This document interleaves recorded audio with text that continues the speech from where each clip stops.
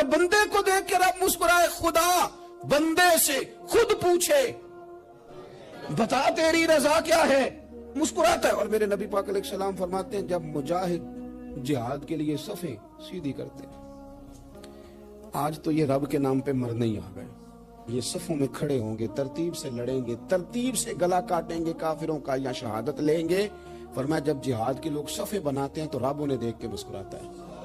کتنے نصیبوں والا وہ بنتا ہے جسے دیکھ کے مسکرا دیا۔ او یار، کبھی تیرا بیٹا تیرے سامنے مسکرائے نا چھوٹا تو تیرا دل باغ باغ ہو جاتا ہے۔ تیری ماں بیمار کسی ایک دن صحیح طرح ہنس پڑے تو طبیعت خوش ہو جاتی۔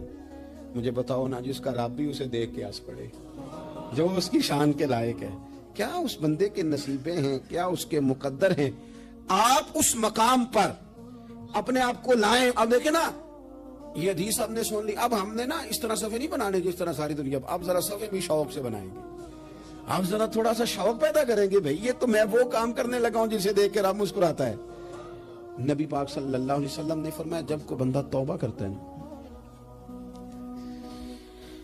ہم توبہ کا رٹا لگاتے ہیں، یا اللہ میری توبہ، یا اللہ۔ اور توبہ کا تو مطلب یہ ہے کہ پچھلے گناہوں سے پکی توبہ، آج کے بعد یہ غلطی نہ کرنے کا پکا وعدہ۔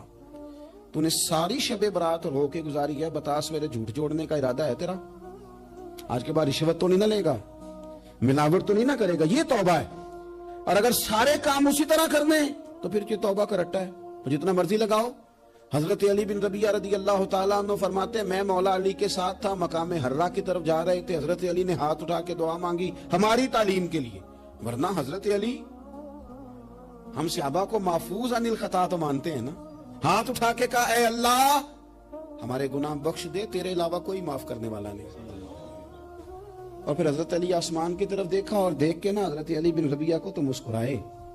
حضرت علی بن ربیعہ کہنے لگے حضور مسکرائے کیوں؟ وہ فرمانے لگے ایک دن میں حضور کے ساتھ اسی طرح آیا تھا، اسی طرح حضور نے دعا فرمائی تھی ہماری تعلیم کے لیے، اور پھر حضور مجھے دیکھ کے مسکرائے تھے اور فرمایا جب کوئی بندہ رب کی بارگاہ میں اس طرح استغفار کرتا ہے تو رب مسکراتا ہے، اور مسکرا کے فرماتا دیکھ لو میرے بندوں کو پتا ہے کہ میرے علاوہ معاف کرنے والا کوئی نہیں، انہیں پتا ہے، تم اس کی بارگاہ میں رجوع تو لاؤ، آؤ تو صحیح دو آنسو لے کر۔ اقبال کہتے ہیں کہ موتی سمجھ کے شان کریمی نے چن لیا، قطرے دو گرے میرے اب کے انفعال کے، دو میں نے آنسو بہائے تھے تو اس کے کرم نے تو موتی سمجھ کے چن لیا۔ سنو نا، حضور اس استغفار کو اللہ کو، یار رات کو توبہ کر کے سونا چاہیے ہمیں۔ کچھ غلطیاں ہم کرنا نہیں چاہتے پر ہم سے ہو جاتی ہیں، کچھ دل ہم توڑنا نہیں چاہتے پر وہ ٹوٹ جاتے ہیں، ہماری مجبوری ہوتی ہے ٹوٹ جاتے ہیں۔ رات کو اس کی بارگاہ میں ہاتھ باندھ کے، کشکول طلب دراز کر کے خوب استغفار پڑھنا چاہیے کہ مالک بندے ہیں نا کیا کریں، نفس کا ساتھ ہے، دنیا کا ساتھ ہے، خواہشات نفسانیہ، مالک معاف کر دے۔